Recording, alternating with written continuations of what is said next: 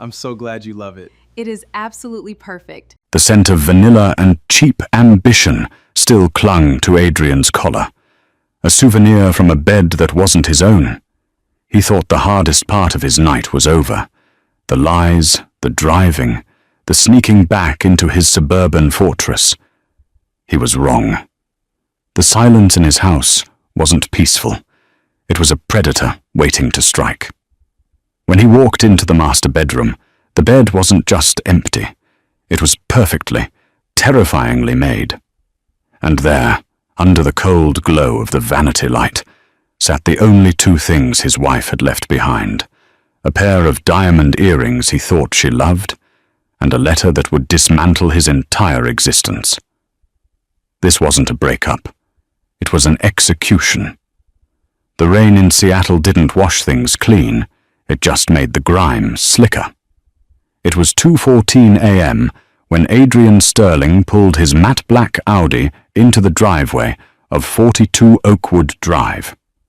The wipers slapped a rhythmic, hypnotic beat against the windshield, a metronome counting down seconds he didn't know were numbered. Adrian turned off the ignition and sat in the dark for a moment. He exhaled, watching his breath fog the glass. He reached up, adjusting the rearview mirror to check his neck. No lipstick marks, no scratches. Just the flushed skin of a man who had spent the last 4 hours in an apartment in Capitol Hill, tangling sheets with Felicity Hart.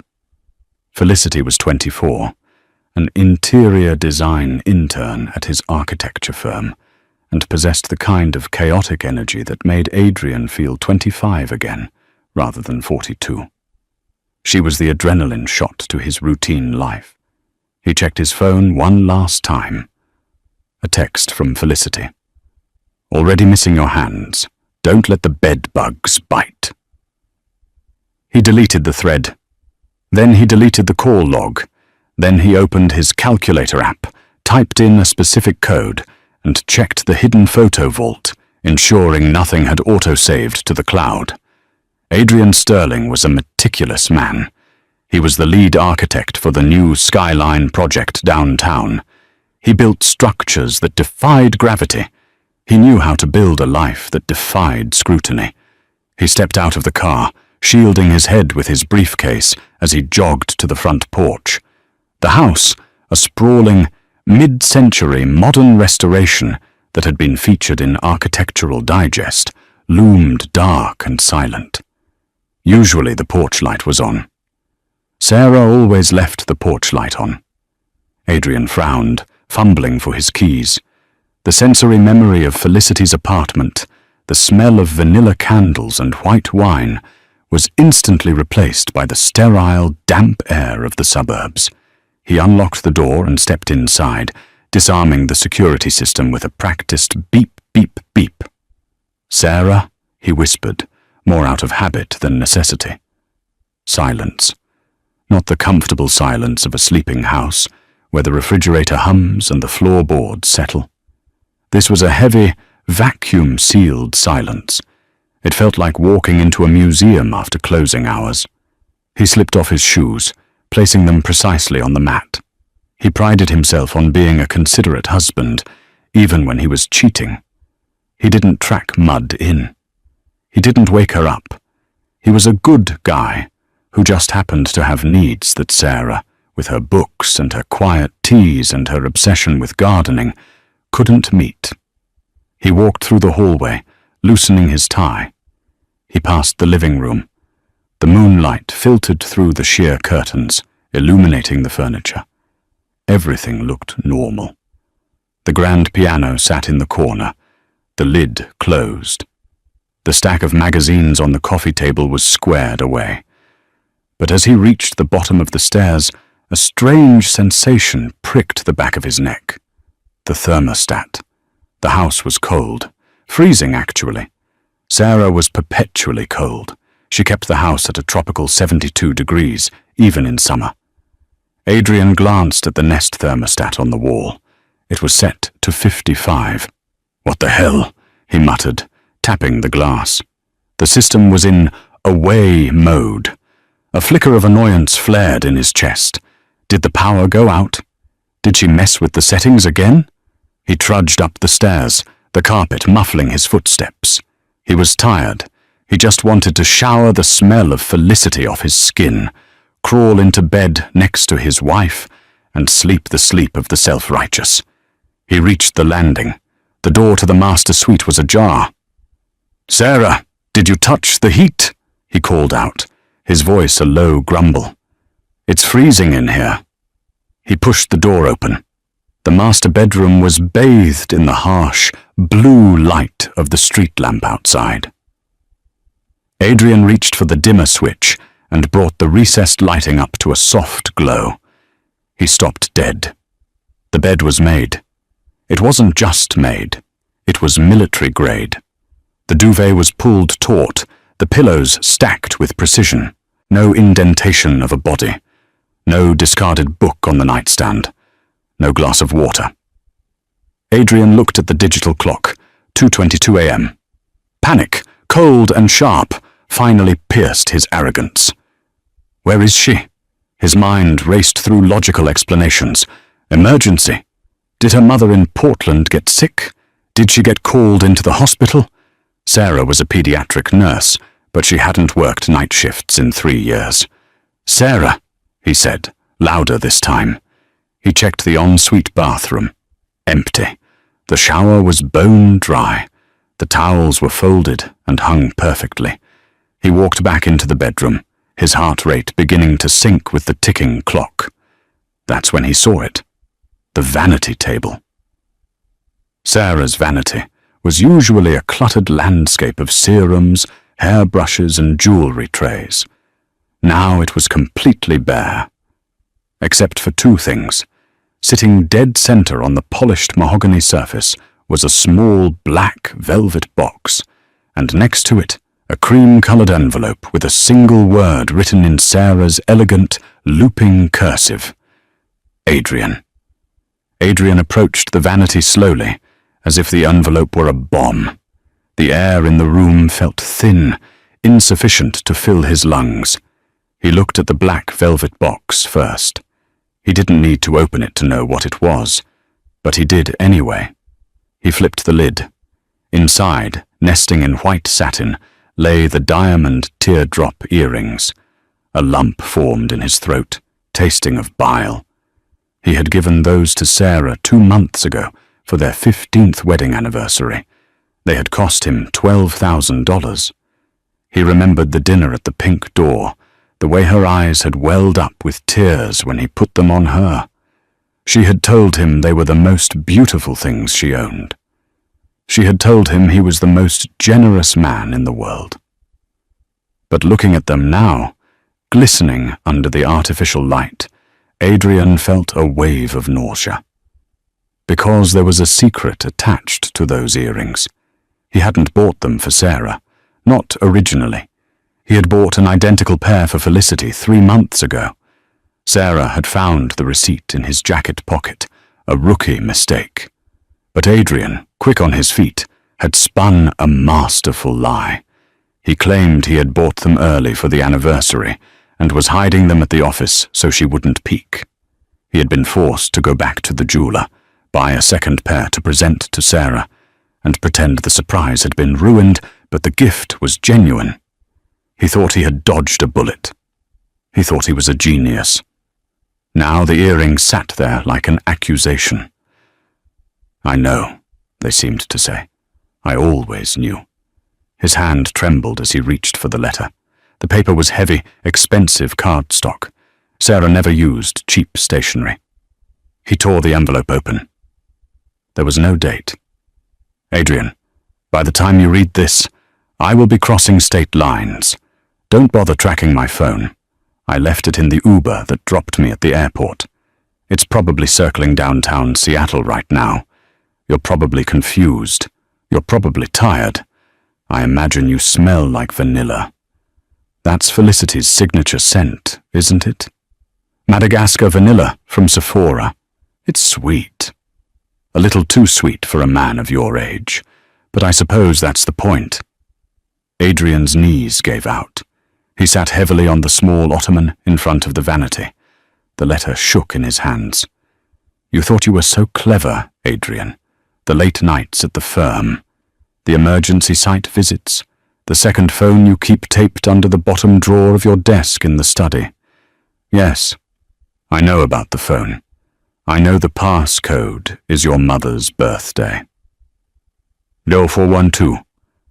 I've known for 6 months, since the day you bought those earrings. Do you remember that day? You came home and told me you bought them for our anniversary. You looked me in the eye and lied with such ease, such practiced charm, that it actually broke my heart more than the cheating did. It made me realize that our entire marriage, the life I built around you, was just a structure you designed to house your ego. I didn't leave immediately because I'm not impulsive, Adrian. I'm a planner. You taught me that. Measure twice, cut once, you always say to your contractors. Well, I've been measuring for half a year. Adrian stopped reading. He stood up, hyperventilating. No, he whispered. No, no, no. He ran to the walk-in closet. He threw the double doors open. It was gutted. Her side of the closet was empty. The designer dresses, the coats, the shoes, gone. But then he looked at his side. His suits were still there. His shirts were color-coded. But the safe, the floor safe in the back corner of the closet, was wide open. Adrian dropped to his knees and scrambled inside the closet. He peered into the dark metal cavern of the safe. Empty. The emergency cash, $50,000 in banded hundreds, was gone. The gold bullion he had been stockpiling as a hedge against inflation, gone. The Patek Philippe watches he had inherited from his father, gone. Her passport, gone. His passport, gone. He scrambled back to the letter, snatching it up from the ottoman. He needed to see how bad this was. I didn't just take my things, Adrian. I took what I was owed. We live in a community property state, and considering the evidence of adultery I've compiled, audio recordings, photos, text logs from that second phone, I think a judge would agree that I'm entitled to a significant advance on the settlement. But don't worry about the divorce papers. You won't be served by a lawyer. You'll be hearing from the authorities first. Authorities? Adrian choked out the word. The room spun. What was she talking about?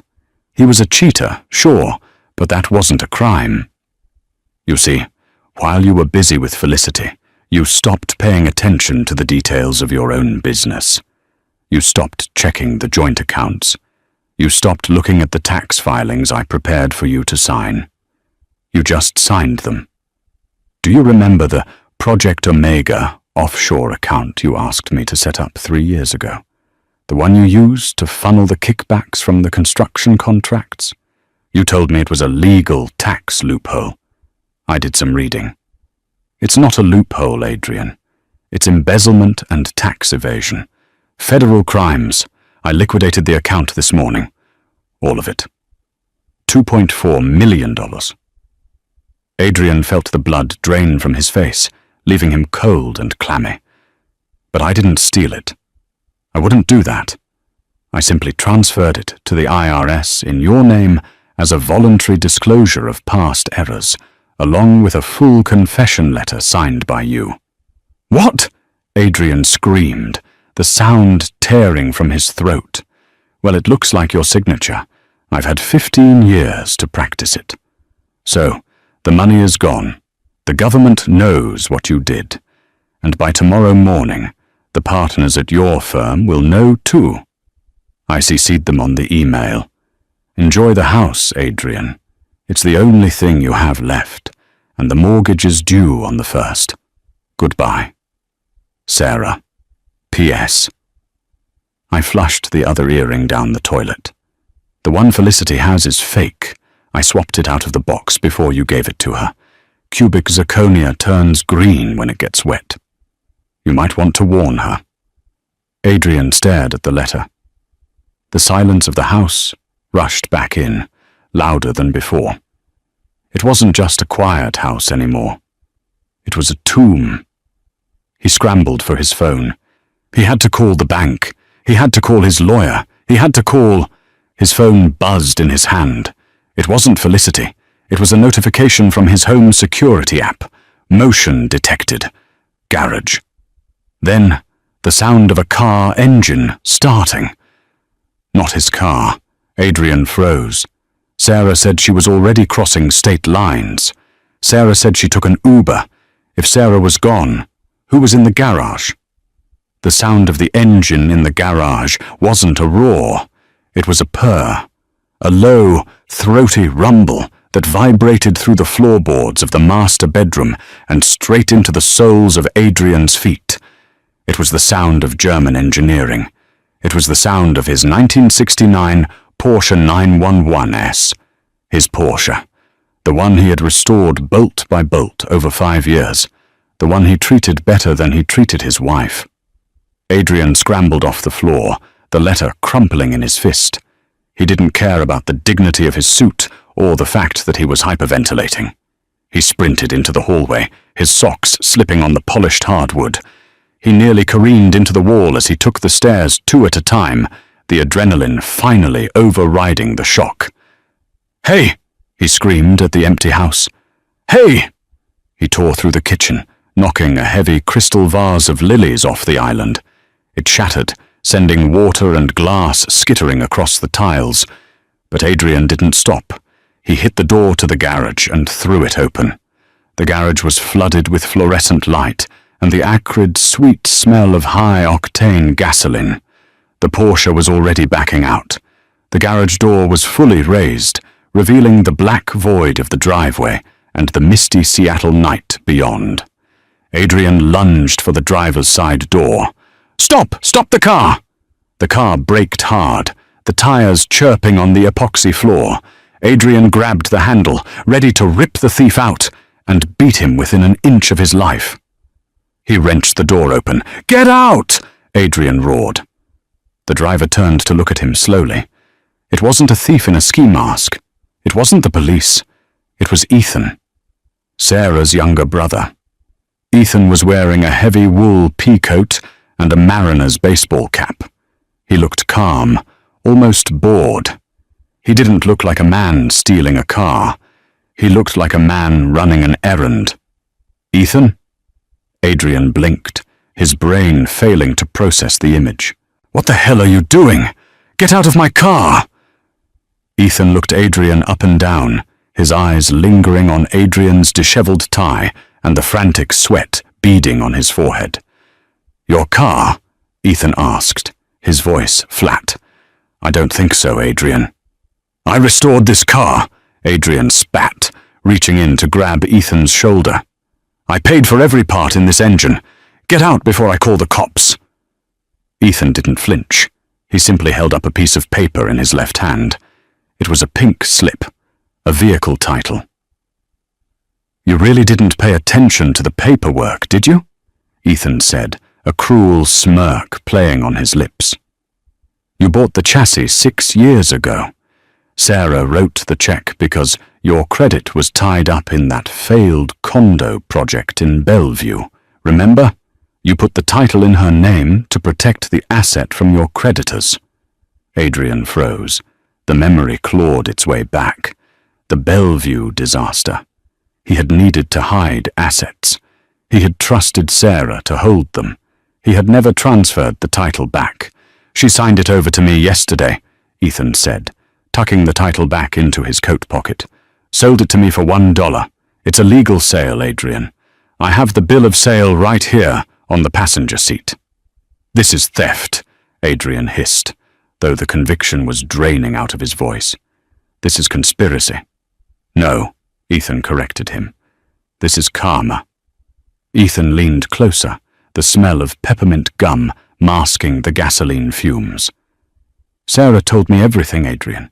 About the intern, about the apartment in Capitol Hill, about how you made her feel small for 15 years.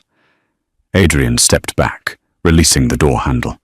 He felt exposed, naked under the harsh garage lights. "It's complicated, Ethan. You don't know the whole story. I know enough, Ethan said. I know you missed our mother's funeral last year because you had a client emergency. Sarah found the hotel receipt from that weekend. You were in Napa with some blonde named Jessica. Adrian's mouth opened, but no sound came out. That was 2 mistresses ago. He hadn't even realized Sarah knew about Jessica. Sarah is gone, Adrian, Ethan said, his voice dropping to a whisper. And she's not coming back. She's safe. She's far away. And she gave me strict instructions. Instructions? To take the Porsche, Ethan said, revving the engine slightly. And to give you this. Ethan reached into the passenger seat and picked up a heavy, sealed manila envelope. He tossed it out of the car. It landed on the garage floor with a wet slap near Adrian's feet.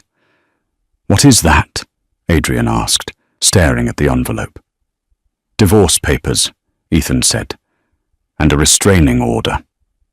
Don't try to find her. If you come within 500 feet of her, or me, or my parents, I'll have you arrested. And considering the little tax situation Sarah mentioned, I don't think you want any more attention from the law. Ethan grabbed the door handle and slammed the Porsche door shut. The sound echoed like a gunshot. Ethan, wait! Adrian stepped forward, desperation seizing him. Where is she? Just tell me she's okay. Ethan didn't answer. He threw the car into reverse. The tires gripped the driveway, and the vintage car shot backward into the night. He spun the wheel, shifted into first, and roared away down Oakwood Drive, the red tail lights disappearing into the mist. Adrian stood alone in the garage. The air was cold and damp. The space where the Porsche had sat for 5 years was now an empty rectangle of grey concrete, stained with a few drops of oil. He looked down at the manila envelope. It lay in a puddle of water that had dripped from the car's exhaust. He didn't pick it up immediately. He couldn't. His legs finally gave way, and he sank to the cold concrete floor of the garage. He sat there, a 42-year-old man in a $3,000 suit, hugging his knees like a child. The silence of the house had been terrifying, but the silence of the empty garage was worse. It was the silence of a man who had just realized that his possessions were the only things that had defined him. And now, even those were stripping themselves away. He looked at his watch. 3:05 a.m. The banks wouldn't open for another 6 hours. The firm wouldn't open for another 5. He was trapped in the longest night of his life. Adrian eventually crawled out of the garage. He locked the door, a pointless gesture considering the fortress had already been breached from the inside, and carried the damp manila envelope into the kitchen. He didn't open it. He threw it onto the marble island next to the shattered vase. He needed a drink. He went to the liquor cabinet in the living room. He reached for the bottle of Macallan 25, his prize possession, the bottle he saved for closing million-dollar contracts. It was gone. The shelf wasn't empty, though. In its place stood a bottle of cheap grocery store brand vodka. Attached to the neck was a yellow sticky note. Budget cuts. S. Adrian let out a strangled, hysterical laugh. She had been thorough. My God, she had been thorough. He grabbed the cheap vodka, unscrewed the cap, and took a long pull straight from the bottle. It burned like gasoline, making his eyes water, but the burn grounded him. He needed to think. He needed to assess the damage. He carried the bottle into his home office. This was his sanctuary. Dark wood paneling, leather chairs, and his dual monitor setup where he designed skyscrapers. He sat in his Herman Miller chair and woke the computer. The blue light of the screens illuminated his face, casting deep shadows under his eyes.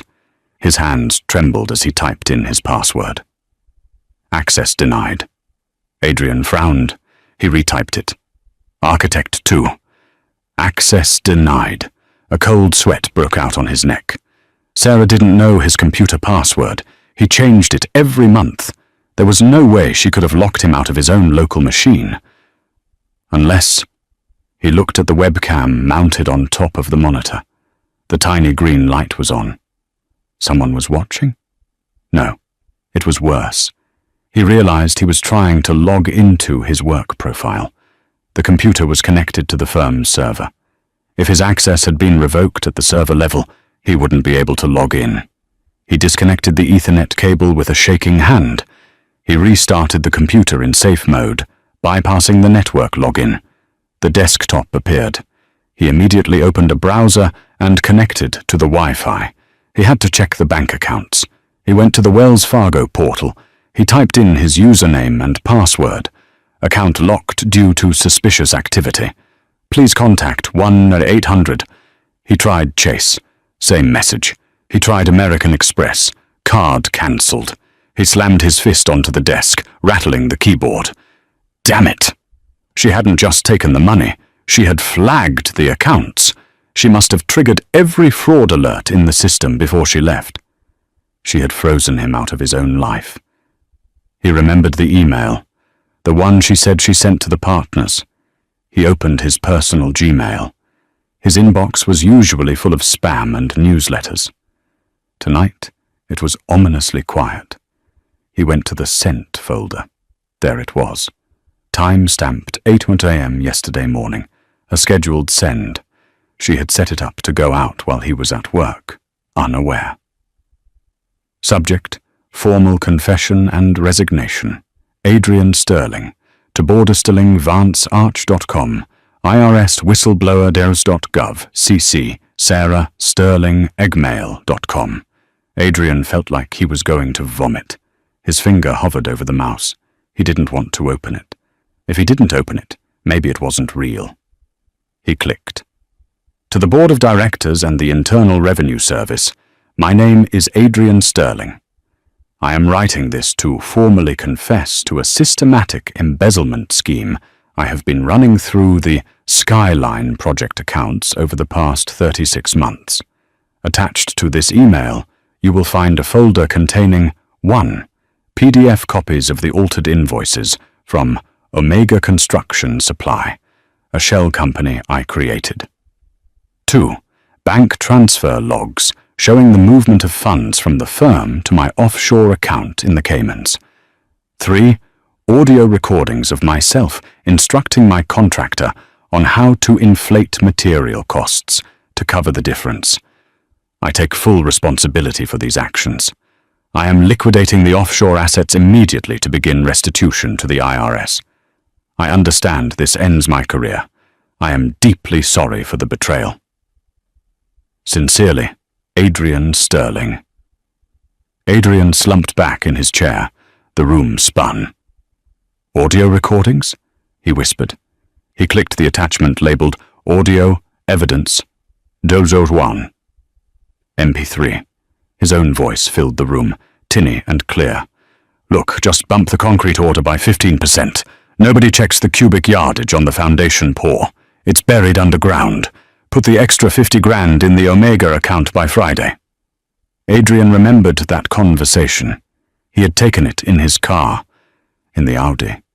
Sarah must have bugged the car. He sat there for a long time, the silence of the room pressing in on him. He was done. It wasn't just a divorce. It wasn't just bankruptcy. This was prison. Federal prison.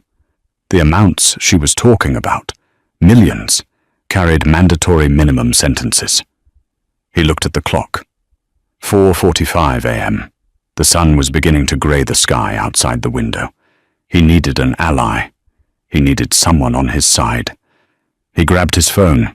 He hesitated, then dialed Felicity. He knew it was early, but he needed to hear her voice. He needed to know that someone still wanted him. He needed the fantasy, even if the reality was crumbling. The phone rang 4 times. Hello? Her voice was groggy, thick with sleep. Felicity, Adrian breathed, gripping the phone tight. It's me. Adrian. There was a rustling of sheets. It's 5 in the morning. What's wrong? Did you leave something?" "Everything is wrong," Adrian said, his voice cracking. "Sarah, she knows. She left. She took everything." There was a pause on the other end. "She knows? Like, about us?" "Yes. She emptied the house. She stole the money. Felicity, she destroyed me." He waited for the sympathy. He waited for her to say, "Come over," or "We'll get through this." Instead, there was a sharp intake of breath. "Wait," Felicity said, her voice changing. It wasn't sleepy anymore. It was sharp. "You said she took everything?" "Yes. The accounts, the cash." "Adrian," Felicity said slowly, "I took a shower after you left." "What?" "I took a shower. I wore the earrings, the diamond ones you gave me." Adrian closed his eyes. He knew what was coming. "They turned green, Adrian," Felicity spat. "The metal turned my earlobes green. And the diamonds, the steam made them fog up. Real diamonds don't fog up." "Felicity, listen. I took them out and looked at the back," she interrupted, her voice rising in pitch. "It says CZ'd stamped on the post, cubic zirconia." "I can explain," Adrian pleaded. "Sarah swapped them. She switched the boxes. I bought you real ones, I swear." "You bought me real ones?" Felicity laughed, a harsh, cruel sound. "Or did you give the real ones to your wife and give me the props? You cheap bastard." "No, Felicity, please, I'm in trouble. The firm, the IRS." "The IRS?" Felicity's voice went cold. "Adrian, if the IRS is involved, do not call me. Do not text me. I am an intern. I have a career to think about. I am not going down as an accessory to whatever mess you made." "Felicity, I love you." "You love yourself," she snapped. "And you don't even have good taste in jewelry. Don't call me again." Click. The line went dead. Adrian lowered the phone from his ear. He looked at the screen. The background wallpaper was a photo of him and Felicity in bed, laughing. He stared at it until the screen went black. He was completely alone. The sun finally broke over the horizon, casting a pale judgment light into the office. The dust motes danced in the air, swirling around him. Suddenly his phone buzzed again. He jumped, hope flaring in his chest. Felicity calling back? Sarah changing her mind? He looked at the caller ID. It wasn't a name. It was a number he recognized. It was the direct line to the senior partner of his firm, Marcus Vance. And then, a second buzz, a notification from his security app. Motion detected. Front porch. Adrian stood up and walked to the window. He peered through the blinds. A black sedan was parked at the curb. Two men in dark windbreakers were walking up the driveway. On the back of their jackets, in bold yellow letters, was a single acronym: FBI. Adrian looked at the cheap vodka bottle. He took one last, long swig. He didn't bother putting his shoes back on. He walked to the front door, the marble cold against his socks, to answer the bell that was about to ring. The doorbell didn't ring. It wasn't that kind of visit. Instead, there was a heavy, authoritative knock that rattled the frosted glass insert of the front door. 3 sharp raps. Boom, boom, boom. Adrian stood in the hallway, his socks gripping the cold marble. He looked down at his clothes. He was still wearing his suit trousers, now wrinkled and stained with garage oil, and his white dress shirt, unbuttoned at the collar, cuffs hanging loose. He looked like a man who had been dismantled. He opened the door. The morning air was crisp, carrying the scent of damp pine and the neighbors' dryer sheets. 2 men stood on the porch. They looked remarkably ordinary. No sunglasses, no guns drawn, just ill-fitting windbreakers and tired eyes. "Adrian Sterling?" the older one asked. He had a grey buzz cut and a face that looked like it had been carved out of granite. "Yes," Adrian said. His voice sounded small, like a child confessing to a broken window. "I'm Special Agent Miller, FBI. This is Agent Park. We have a warrant for your arrest regarding wire fraud, tax evasion, and conspiracy to commit money laundering." Adrian nodded. He didn't fight. He didn't run. The fight had left him hours ago, somewhere between the empty safe and the dial tone of Felicity's phone. "Turn around, please," Agent Park said softly. Adrian turned. The sensation of the handcuffs was shocking. They were heavy, colder than the air, and the metal bit into the delicate skin of his wrists. The click, click, click of the ratchets tightening echoed off the stone facade of his house. Can I get my shoes?" Adrian asked, staring at his socked feet. "We'll get them for you at the station," Miller said. "Let's go." They walked him down the driveway.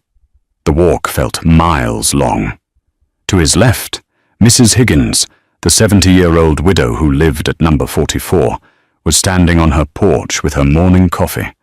She was wearing a floral robe. She had always loved Sarah. Sarah had brought her soup when she had the flu. Sarah had helped her prune her hydrangeas. Mrs. Higgins locked eyes with Adrian. She didn't look confused. She didn't look scared. She looked at the handcuffs, then at Adrian's face, and she took a slow sip of her coffee. Her expression was one of grim satisfaction. She knew. Somehow, the whole world already knew. They guided him into the back of the sedan. The seat was hard plastic, molded for easy cleaning. There were no door handles on the inside. As the car pulled away, Adrian turned his head to look at his house one last time.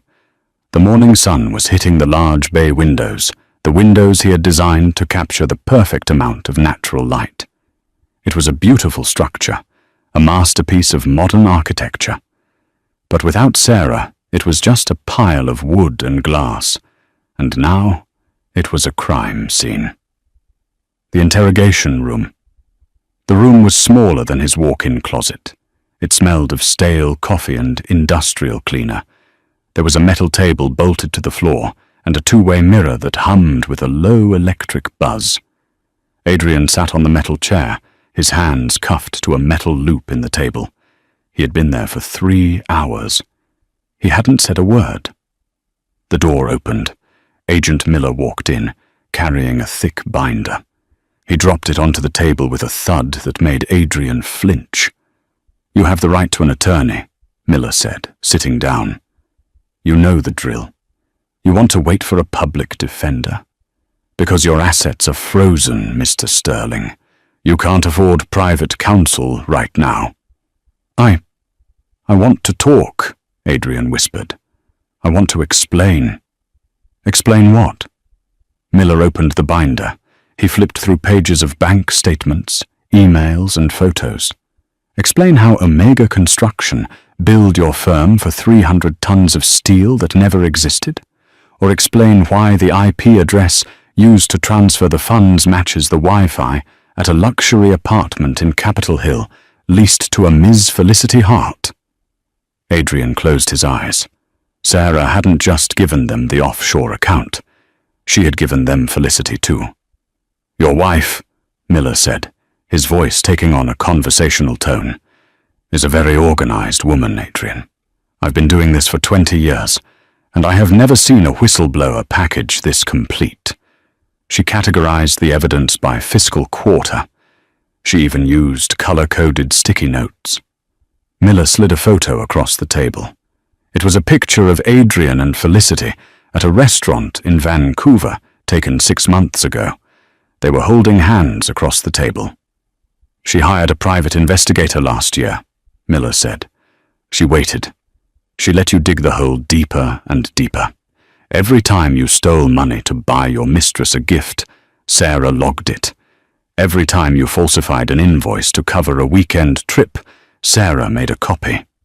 Adrian stared at the photo. He looked so happy in it, so arrogant. He looked like a man who thought he was untouchable. "She didn't just want a divorce, Adrian," Miller said, leaning in. She wanted to burn your world down, and you handed her the matches. Where is she? Adrian asked, his voice cracking. Is she okay? Miller closed the binder. He looked at Adrian with a mixture of pity and disgust. She's in the wind, Mr. Sterling, and honestly, if I were you, I wouldn't be looking for her. I'd be worrying about the fact that the United States Attorney is looking for a 15-year sentence. 15 years. The words hung in the air, heavy and suffocating. Adrian looked at his reflection in the two-way mirror. He looked old. The grey hairs he usually dyed were showing at the roots. The lines around his eyes were deep trenches. He wasn't the brilliant architect anymore. He was a statistic. 3 months later, the King County Correctional Facility was nothing like the buildings Adrian designed. There was no natural light. There were no open concepts. It was a brutalist nightmare of concrete, fluorescent buzzing, and the smell of hundreds of men living in close quarters, a cocktail of sweat, bleach, and despair. Adrian sat on the edge of his bunk. His orange jumpsuit was 2 sizes too big. He had lost 20 pounds. The food was inedible, a grey slop that tasted of salt and preservatives. But that wasn't why he wasn't eating. It was the shame. It was a physical weight in his stomach, a stone that he swallowed every morning and couldn't digest. "Sterling! Legal!" a guard shouted, banging a baton against the bars. Adrian stood up slowly. He shuffled to the cell door, presenting his wrists for the cuffs through the slot. He was used to the routine now. The humiliation had become mundane. He was led down a long, echoing corridor to the visitation rooms. He sat behind a thick plexiglass shield. On the other side sat a man he had met only 3 times. David Klein, his court-appointed public defender. Klein was young, harried, and wore a suit that looked like it had been slept in. He wasn't the high-powered shark Adrian would have hired in his previous life. He was just a guy trying to clear his caseload. "Good morning, Adrian," Klein said, opening his briefcase. He didn't smile. There was nothing to smile about. "What's the news, David?" Adrian asked. He picked up the black telephone receiver. It was greasy against his ear. "The DA isn't budging on the plea," Klein said, shuffling papers. "They have everything. The audio tapes were the nail in the coffin. The jury will hear your voice directing the fraud. It's indefensible. So, what's the offer?" 8 years, Klein said. "Minimum security if you're lucky. But with the amount of money involved, over 2 million, they want restitution. They're seizing everything. The house, the cars, the 401k. "The house is already gone," Adrian muttered. The bank had foreclosed last month. He had heard about it from a guard who saw it on the news. "Scandal house for sale," the headline had read. "There is one other thing," Klein said. He pulled a separate envelope out of his briefcase. It wasn't a legal document. It was a thick, cream-colored envelope. Adrian's heart stopped. He knew that stationery. "This came to my office yesterday," Klein said. "Addressed to you, care of me. It's from a lawyer in Zurich." "Zurich?" Adrian frowned. "Open it." Klein slid the envelope through the narrow slot at the bottom of the glass. Adrian's hands trembled as he picked it up. He tore the seal. Inside was a single photograph and a typed note. The photograph was of Sarah. She was sitting at a cafe table. In the background, snow-capped mountains rose against a piercing blue sky. The Swiss Alps. She was wearing a thick white coat he had never seen before. Her hair was cut short, a stylish bob that framed her face. She wasn't wearing her wedding ring. She was smiling. Not the polite, tight-lipped smile she had worn for the last 5 years of their marriage. This was a genuine smile. Her eyes were crinkled at the corners. She looked 5 years younger. She looked free. Adrian flipped the photo over. On the back, in her familiar script, was a date. 2 weeks ago. He unfolded the note. Adrian, my lawyer tells me you're looking at 8 years. By the time you get out, you'll be 50. A difficult age to start over, but not impossible. I wanted you to see this photo. Not to be cruel, but to show you what you bought me. You see, I didn't give the IRS all the money. Adrian stopped reading. His breath hitched. The Project Omega account had $2.4 million. I sent the IRS $2 million, the remaining $400,000. I kept it. Consider it my consulting fee for managing your books all these years, or perhaps consider it the price of the earrings you never gave me. I'm in Europe now. I've always wanted to live near the mountains. You hated the cold, remember? You always wanted the heat, the beach, the younger women.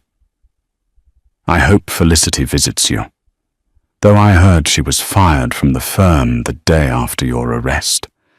I also heard she's dating a 25-year-old tech promoter in Bellevue now. Life moves fast, doesn't it? Don't look for me. I'm not Sarah Sterling anymore.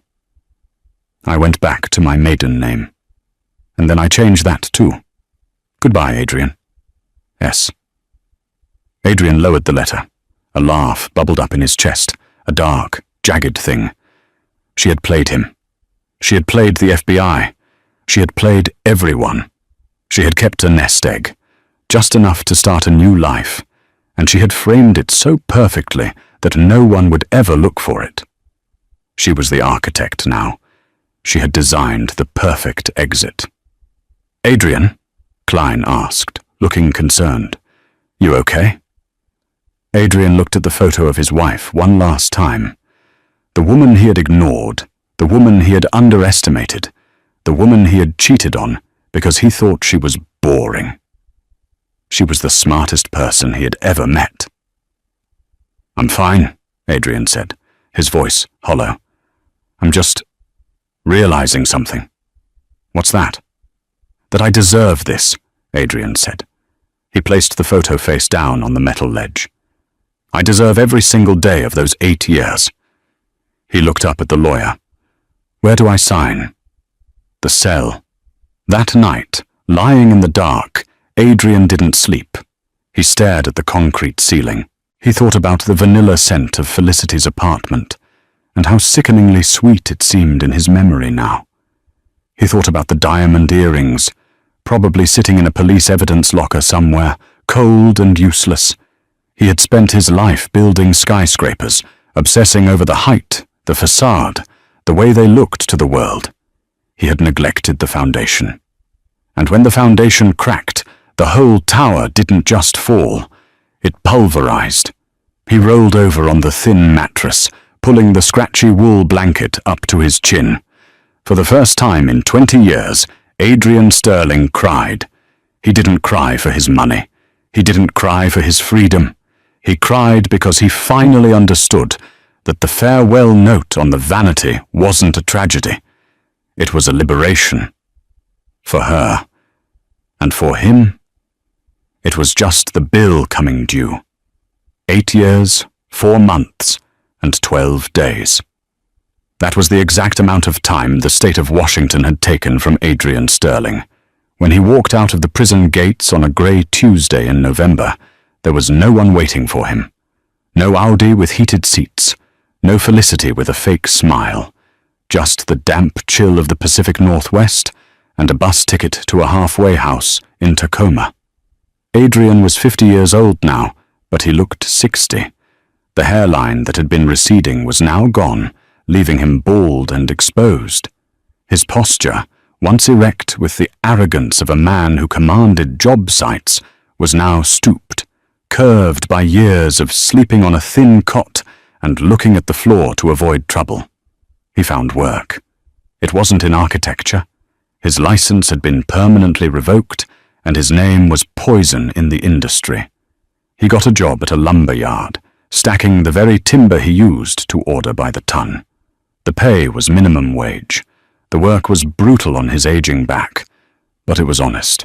For the first time in his life, Adrian earned a paycheck that didn't have a lie attached to it. 6 months after his release, on a Sunday, Adrian took 3 different buses to get to the north side of Seattle. He didn't know why he was doing it. It was a form of self-flagellation, perhaps, a need to see the monument of his failure. He got off the bus at the corner of Oakwood Drive. The neighborhood was exactly as he remembered it. The manicured lawns, the smell of wood smoke, the silence of wealth. He felt like an intruder in his own memory. He tightened his cheap canvas jacket around his chest and began to walk. He stopped in front of number 42. The house had changed. The stark, modern black trim he had insisted on was gone, painted a warm, inviting sage green. The severe, gravel landscaping he had designed, minimalist chic, he had called it, had been dug up. In its place was a garden, a chaotic, beautiful explosion of life. Wildflowers, rhododendrons, and hydrangeas spilled over the retaining walls. It was lush, it was messy, it was alive. Adrian stood on the sidewalk, his hands in his pockets, staring at the transformation. "Can I help you?" A woman's voice startled him. He looked up. A young mother, maybe 30, was standing on the porch, holding a toddler on her hip. She looked at Adrian with suspicion. He couldn't blame her. He looked like a drifter. I used to live here," Adrian said, his voice raspy. "A long time ago." The woman's expression softened slightly. "Oh, you're the architect, the one who built it." "I designed the shell," Adrian corrected her softly. "I didn't build the home." The woman shifted the baby to her other hip. "Well, it's a beautiful structure. Good bones. But we had to change the garden. The previous owner left the soil in terrible condition. Too much gravel, not enough nutrients." The previous owner, Adrian trailed off. He knew she meant him. "But the woman who sold it to us," the young mother continued, "she left us a binder. It was weird, actually. It was full of instructions on how to fix the soil, how to plant the hydrangeas so they'd get the morning sun but not the afternoon heat. She even left a note saying, 'This house needs warmth, not just heat.'" Adrian felt a lump form in his throat. Even in her absence, even after she had dismantled his life, Sarah had tried to fix the soil. She had left instructions on how to make things grow where he had only laid concrete. "She sounded like a nice lady," the woman said. "Did you know her?" Adrian looked at the vibrant purple hydrangeas swaying in the wind. He thought about the diamond earrings sitting in an evidence locker. He thought about the vanilla candles and the lies. He thought about the woman who had quietly, patiently measured his worth and found it lacking. "No," Adrian whispered, tears prickling his eyes for the first time in years. "I didn't know her.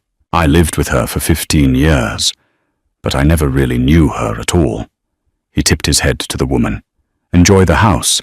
It finally has a heart." Adrian turned and walked away. He didn't look back. The rain began to fall, a cold, cleansing drizzle. He walked to the bus stop, sat on the wet bench, and waited for the number 42 bus to take him back to his small, rented room in Tacoma. He had nothing in his pockets but a bus pass and a few crumpled dollars. He was poor. He was alone. But as the bus pulled up, Adrian realized something profound. The anxiety was gone. The constant need to hide his phone, to check his rearview mirror, to remember which lie he had told to whom. It was all gone. He boarded the bus and sat by the window. As the city of Seattle blurred past him, Adrian Sterling finally slept. And that is the story of Adrian Sterling. He was a man who thought he was playing a game of chess, only to realize he was playing against a grandmaster who had memorized every move before he even sat down. Sarah didn't just leave him. She held a mirror up to his soul and forced him to look. She proved that the most dangerous person in the room isn't the one shouting or making demands. It's the one who is quietly taking notes. Adrian lost his fortune, his reputation, and his freedom. But in the end, he gained the one thing he never had: the truth. He learned, too late, that you can build the most beautiful house in the world, but if the foundation is built on lies, it will eventually collapse on top of you. So what do you think? Did Sarah go too far by sending him to prison, or did Adrian get exactly what he deserved? I want to know your verdict. If you think justice was served, hit that like button. If you think Sarah was too ruthless, let me know in the comments below. And if you want more stories about karma, betrayal, and the dark side of human nature, make sure to subscribe and turn on notifications. I'll see you in the next video.